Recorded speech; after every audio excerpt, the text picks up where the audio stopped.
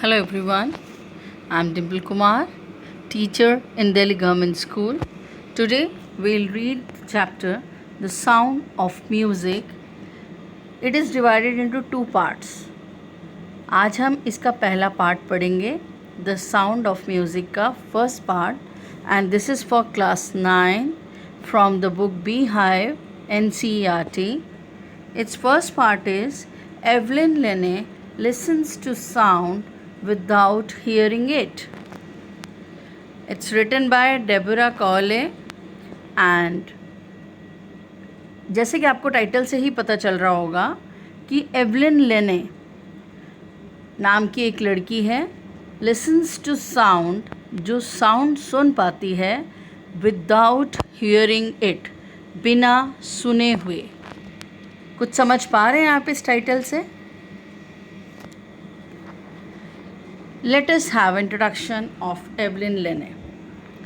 Evelyn Lenne is the world's foremost and first full-time solo percussionist.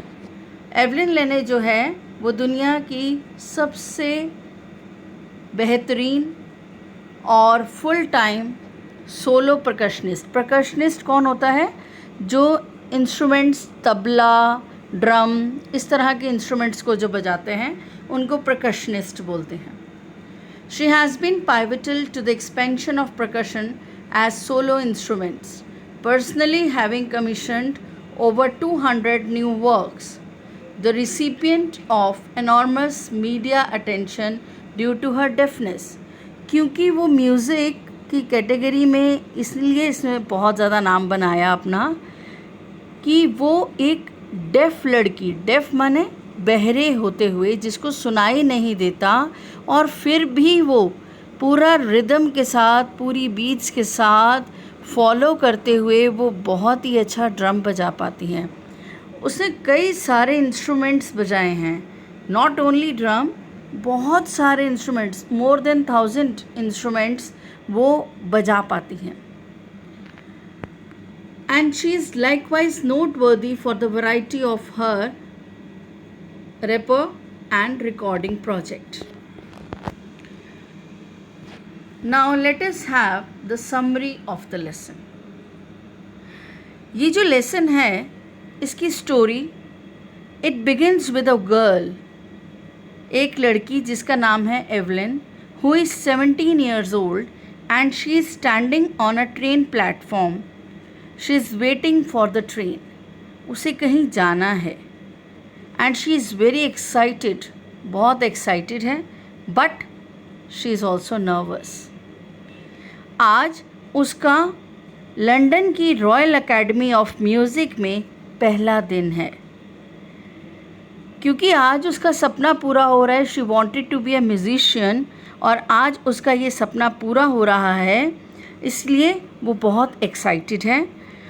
लेकिन उसके लिए ये सब आसान नहीं था, क्योंकि जिसको सुनाई नहीं देता वो एक म्यूज़िशियन कैसे बन पाएगा. इस चैलेंज को उसने हराया, उसने एक्सेप्ट किया और इस चैलेंज पर उसने वर्क किया, और आज वो म्यूज़िशियन बन गई थी. तो इसलिए वो बहुत ज़्यादा एक्साइटेड थी, क्योंकि आज उसका पहला दिन था, इसलिए वो नर्वस थी. क्योंकि वो नर्वस इसलिए थी, क्यों? शी वॉज डेफ, बहरी थी वो. लेकिन एवलिन लेने जन्म से बहरी नहीं थी.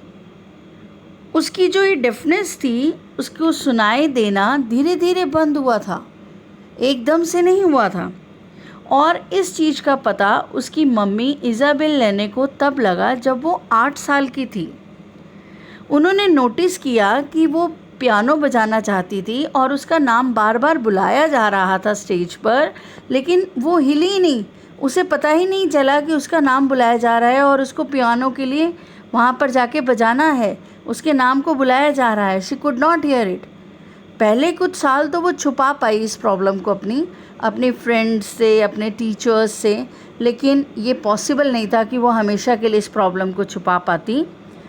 जब वो 11 साल की हुई तो ये प्रॉब्लम उसकी बहुत ज़्यादा बढ़ चुकी थी, जिसकी वजह से उसके मार्क्स बहुत कम आए और उसका रिज़ल्ट बहुत ख़राब हुआ, जिसके लिए उस स्कूल की हेड मिस्ट्रेस ने उसके पेरेंट्स को बुलाया और उनको कहा कि इस बच्चे को आप एक स्पेशलिस्ट के पास लेके जाइए, इसको सुनने की प्रॉब्लम है इसके सुनने में, और आप इसे ज़रूर लेकर जाइए स्पेशलिस्ट के पास। जब उसके पेरेंट्स उसको स्पेशलिस्ट के पास लेकर गए तो स्पेशलिस्ट ने बताया कि उसकी जो हियरिंग पावर है वो इम्पेयर हो चुके, इम्पेयर माने ख़राब हो चुकी है, उसकी सुनने की शक्ति चली गई है। और वो किस कारण हुए है, उसकी एक नर्व डैमेज हो गई है, कान की जो नस है जिसके कारण सुनाई देता है वो डैमेज हो गई है, इसलिए अब उसे हियरिंग एड्स लगाने पड़ेंगे, सुनने की मशीन लगानी पड़ेगी। साथ ही साथ उसे स्पेशल स्कूल में भेजा जाए जहाँ पर सिर्फ डेफ बच्चे पढ़ते हैं, जहाँ सिर्फ बहरे बच्चे पढ़ते हैं। एवलिन ने जब ये सुना तो उसे लगा कि एवरीथिंग सडनली लुक्ड ब्लैक, जैसे सब कुछ खत्म हो गया।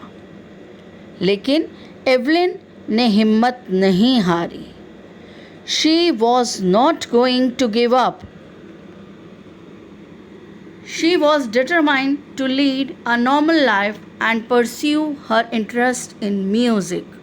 वो अपनी एक नॉर्मल ज़िंदगी जीना चाहती थी और अपने इस पैशन को, अपने इस इंटरेस्ट को जो म्यूज़िक में था, उसको आगे बढ़ाना चाहती थी। And one day she noticed a girl playing a xylophone. Xylophone क्या होता है? एक स्ट्रिंग्स वाला इंस्ट्रूमेंट होता है जिसके अंदर वुडन की काफ़ी सारी स्ट्रिंग्स लगी होती हैं और एक स्टिक की मदद से हम उसको बजाते हैं, उसके ऊपर स्टिक्स बजाते हैं। तो वो ज़ाइलोफ़ोन वो लड़की बजा रही थी, तो उसने उसको देखा और उसने कहा कि मुझे भी बजाना है इसको। Most of the teachers discouraged her. काफ़ी सारे टीचर्स ने उसको मना किया कि नहीं, आप नहीं बजा सकते क्योंकि आप सुन नहीं सकते हो, तो आपको बजाने में प्रॉब्लम आएगी। But percussionist Ron Forbes encouraged her and made her learn music by making her feel different notes in her body. लेकिन वहाँ जो परकशनिस्ट थे, मैंने आपको पहले भी बताया परकशनिस्ट कौन होते हैं, वो इंसान जो ड्रम या तबला ऐसे इंस्ट्रूमेंट्स को बजाते हैं उनको बोलते हैं परकशनिस्ट। तो जो परकशनिस्ट रॉन फॉब्स, उन्होंने कहा, उनका नाम था रॉन फॉब्स, उन्होंने बच्चे के अंदर देखा कि इस लड़की के अंदर तो बहुत पोटेंशियल है और ये कर सकती है, तो उन्होंने कहा कि मैं इसकी हेल्प करूँगा टू लर्न म्यूज़िक।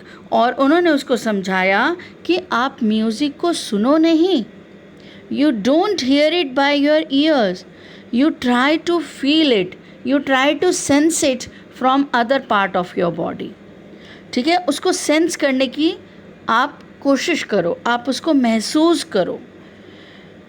उन्होंने उसकी हेल्प के लिए 2 बड़े बड़े ड्रम्स लिए, उनको डिफरेंट नोट्स पर सेट किया और उसको कहा now try to feel it. और ये एक्सरसाइज उन्होंने कई बार दोहराई और अब एवलिन को महसूस होने लगा जैसे वो म्यूज़िक को फील कर पा रही है। उसे लगा she could feel the music, the higher drum from waist up and lower drum from waist down.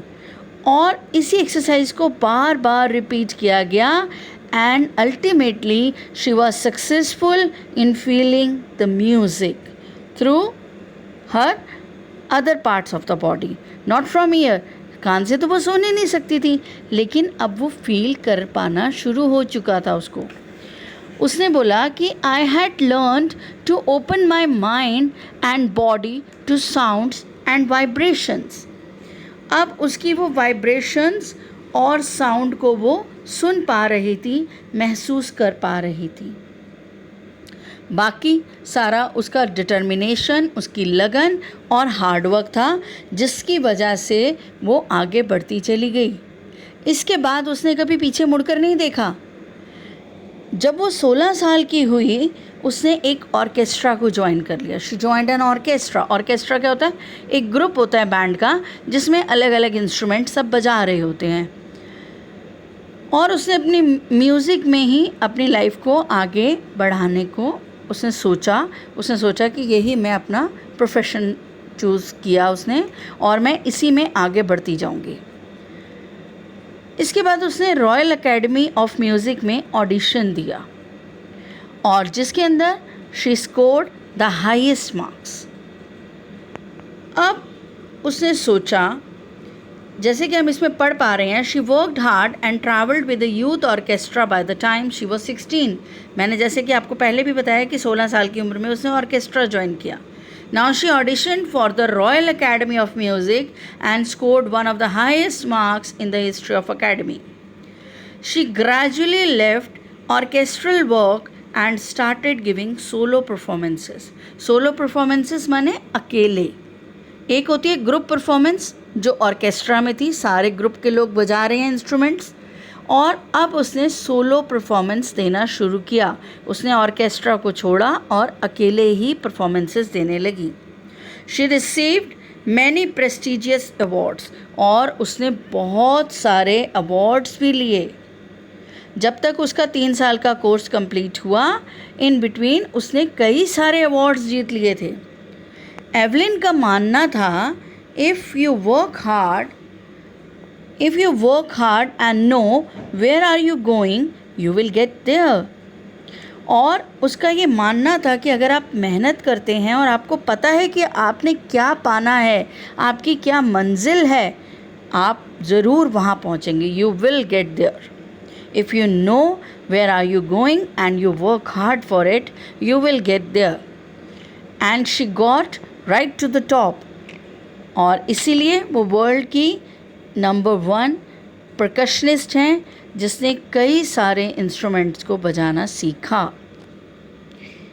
Now author Cowley ने बताया कि उसने उसके साथ करीब 2 घंटे तक बात की, लेकिन बिल्कुल भी एक भी वर्ड ऐसा नहीं था जो एवलिन ने मिस किया हो।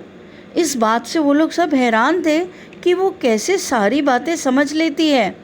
तो एवलिन ने बताया कि उसे ये नहीं है कि वो कैसे महसूस कर पाती है, वो इंसान के लिप्स को वॉच करती है, लिप मूवमेंट को समझती है, और सिर्फ लिप मूवमेंट ही नहीं, वो उसका पूरा फेस देखती है, स्पेशली उसकी eyes. It's written over there, it's not just watching the lips, it is the whole face, specially the eyes. उसने बताया कि जिन आदमियों की दाढ़ी होती है ना, बड़ी सी मूंछ और दाढ़ी, तो उनकी बात समझने में उसे बहुत तकलीफ़ होती है। क्यों? क्योंकि वो उनके लिप्स रीड नहीं कर पाती, उनके फेशियल एक्सप्रेशन समझ नहीं पाती है, तो वहाँ उसे थोड़ी सी दिक्कत आती है। अदरवाइज़ तो वो समझ ही जाती है सबकी बातों को। और वो बहुत ही साफ बोल रही थी। इस बात ने भी उनको हैरान किया, क्योंकि जो नॉर्मली बहरे बच्चे होते हैं या जो लोग भी बहरे होते हैं, वो उतना साफ नहीं बोल पाते, क्योंकि जब वो सुन नहीं पाते, वो समझ नहीं पाते, तो वो एक्सप्रेस भी नहीं कर पाते। लेकिन वो इतना साफ बोलती है। क्यों? क्योंकि उसको जो ये प्रॉब्लम थी बहरेपन की, ना सुन पाने की, वो शुरू से नहीं थी, जन्म से नहीं थी, वो उसे धीरे धीरे हुई थी। 11 साल की उम्र तक तो वो सुन पाती थी।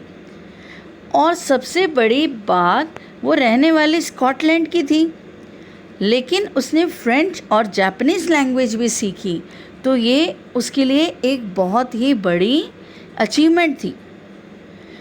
म्यूज़िक फील करने के लिए एवलिन क्या करती हैं कि जैसे जो वुडन प्लेटफॉर्म है उस पर वो अपने शूज़ को उतार देती थी, ताकि वो उसकी जो वाइब्रेशंस हैं म्यूज़िक की, वो अपने बेयर फीट यानी कि नंगे पाँव से और अपनी टांगों से महसूस कर सके। म्यूज़िक के लिए वो कहती हैं कि एवलिन का जो सक्सेस मंत्र है वो ये कहती है, if you work hard and know where you are going, you will get there.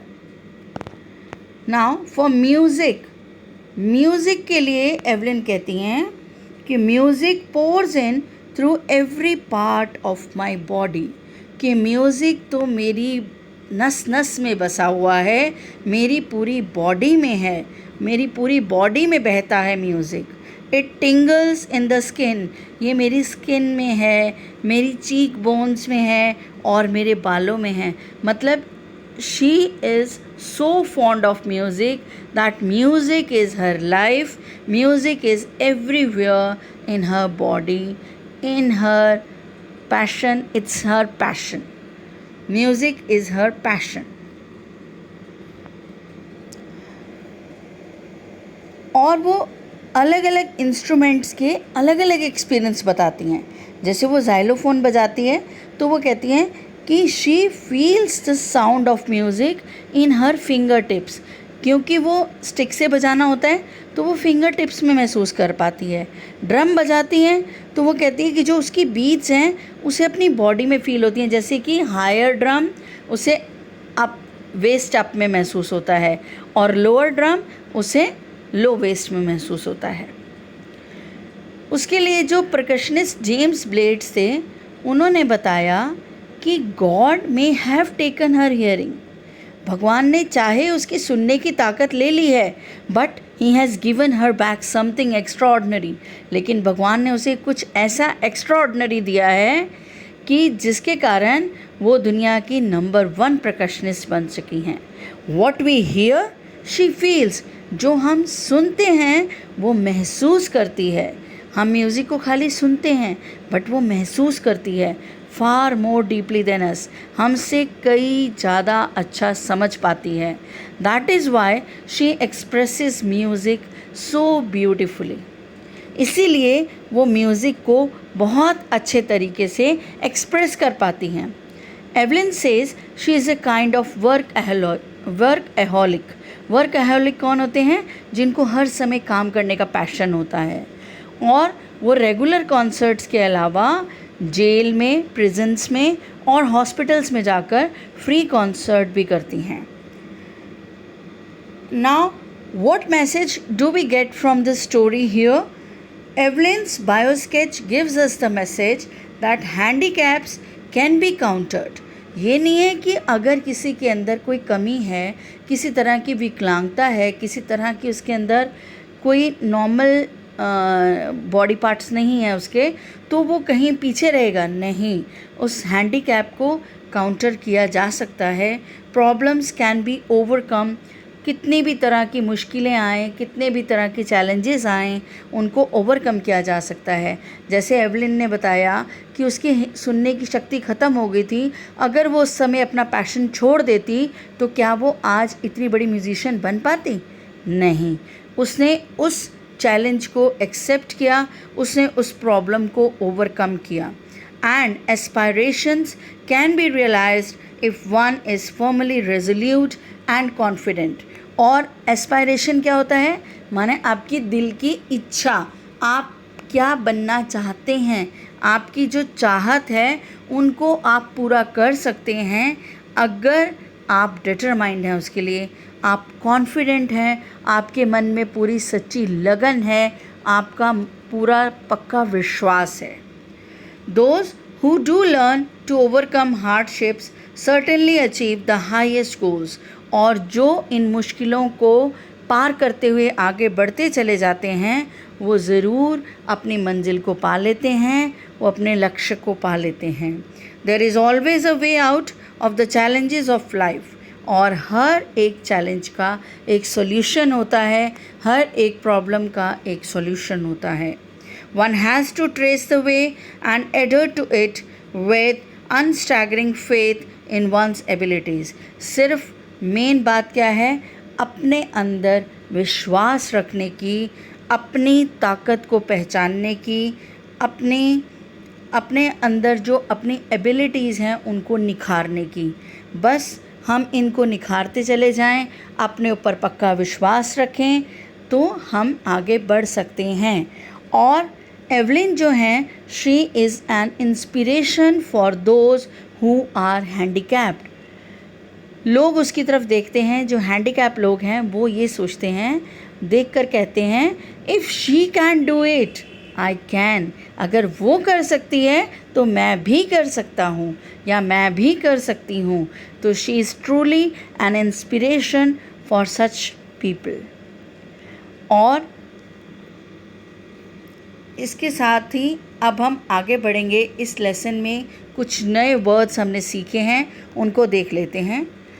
जॉसल, जॉसल माने होता है पुश रफली, ऐसे धक्के मारना. डॉन्टिंग माने डरते हुए, frightening. Percussionist, a person who plays drum, tabla. Resonances, echoes of sounds, sound की इको, वापस आना, साउंड का बजना, एकोज की.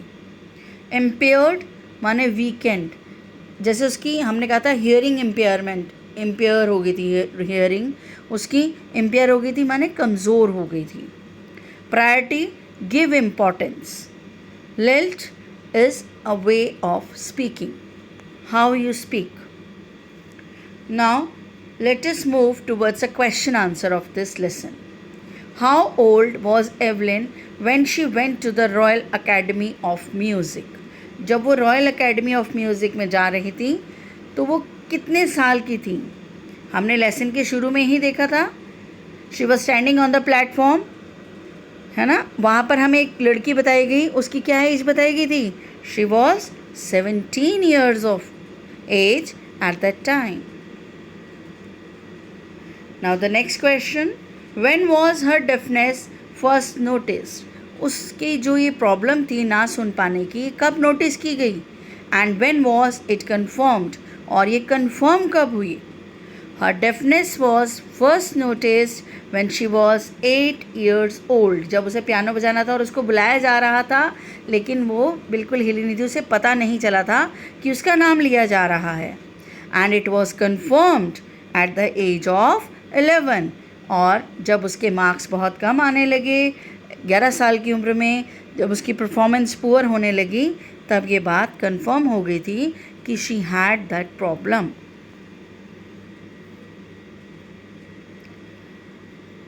Now I am giving you an assignment.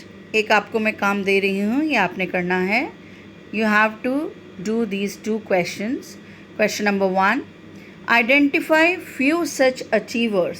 ऐसे कुछ अचीवर्स के नाम बताओ, ऐसे कुछ अचीवर्स को पहचानो whose successful life stories go beyond their disabilities.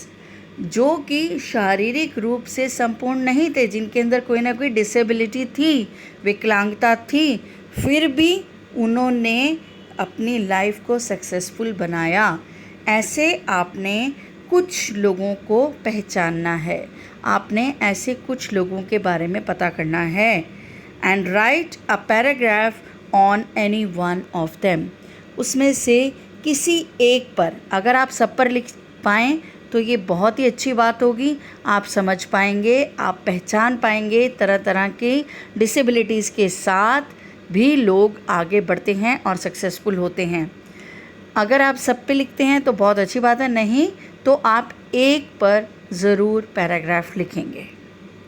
Now the question number 2, how does Evelyn here music. Evelyn music कैसे सुनती थी? आपको ये पता था, शी वॉज डेफ. बहरे होते हुए भी, कानों से ना सुन पाते हुए भी वो म्यूज़िक कैसे सुनती थी? Now you have to express this in your words. आपने अपने वर्ड्स में इसको एक्सप्रेस करना है. I hope I am very much clear with the text. If you have any doubt you can write it in the comment box. Thank you very much. Bye.